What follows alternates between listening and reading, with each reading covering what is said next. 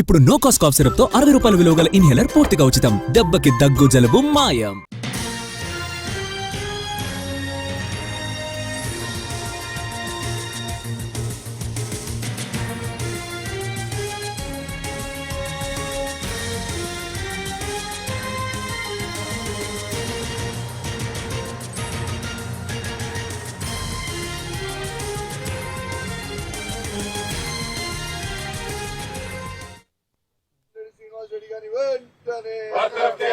Mining scam చేసిన పొంగులేటి శ్రీనివాస్ రెడ్డి గారిని వెంటనే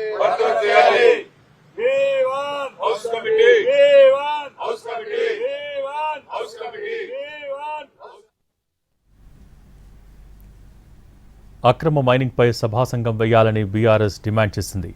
మైనింగ్ చేస్తున్న కంపెనీలో మంత్రి పాత్ర ఉందని ఆరోపించారు. ప్రభుత్వ విచారణ సాఫీగా జరగాలంటే మంత్రి రాజీనామా చేయాలని కేటీఆర్ డిమాండ్ చేశారు. గన్ పార్క్ నుంచి అసెంబ్లీకి ర్యాలీగా వెళ్లారు బీఆర్ఎస్ ఎమ్మెల్యేలు.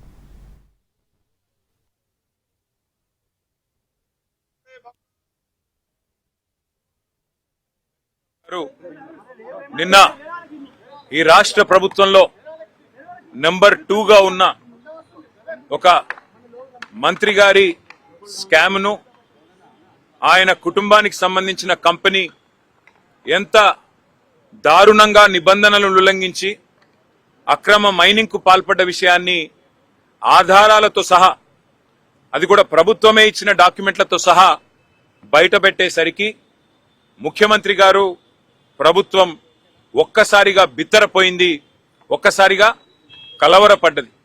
మేము అడిగిందేంది, అక్రమ మైనింగ్ కు పాల్పడ్డ ఇతర సంస్థల మీద ఏ చర్యలైతే తీసుకున్నారో, ఎట్లా వారిని చట్ట ప్రకారం జైలుకు పంపారో, మరి రాఘవ కన్స్ట్రక్షన్స్ విషయంలో ఎందుకు అట్లా చేయడం లేదు?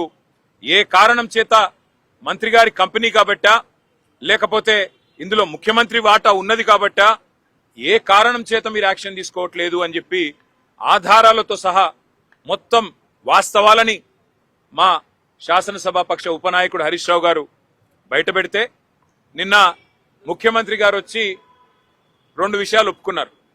ఒకటి, అక్రమం జరిగింది వాస్తవం అని ముఖ్యమంత్రి గారే స్వయంగా ఒప్పుకున్నారు. కానీ దీన్ని బయటపెట్టింది మీరు కాదు, మా ప్రభుత్వమే బయటపెట్టింది అని చెప్పి మళ్ళీ ఎదురుదాడికి దిగినారు. ఇంకొక మాట కూడా ఒప్పుకున్నాడు ఆయన, అక్రమాలు జరిగింది వాస్తవమే, కానీ రాఘవ కన్స్ట్రక్షన్స్ పొంగులేటి శ్రీనివాసరెడ్డి గారి దూర బంధువులదంట. రాఘవ కన్స్ట్రక్షన్స్ మీద ఎందుకింత ప్రేమ ముఖ్యమంత్రి గారికి అని చెప్పి మేమందరం కూడా నిన్నంతా అధ్యయనం చేసినాం. వాస్తవం ఏంది అంటే, ముఖ్యమంత్రి గారు కూడా ఈ పాపంలో వాటా ఉంది. కొడంగల్ లిఫ్ట్ ఇరిగేషన్ ప్రాజెక్టులో పొంగులేటి శ్రీనివాసరెడ్డి గారి కంపెనీ కట్టబెట్టిందే ముఖ్యమంత్రి గారు. అట్లాగే ఇవాళ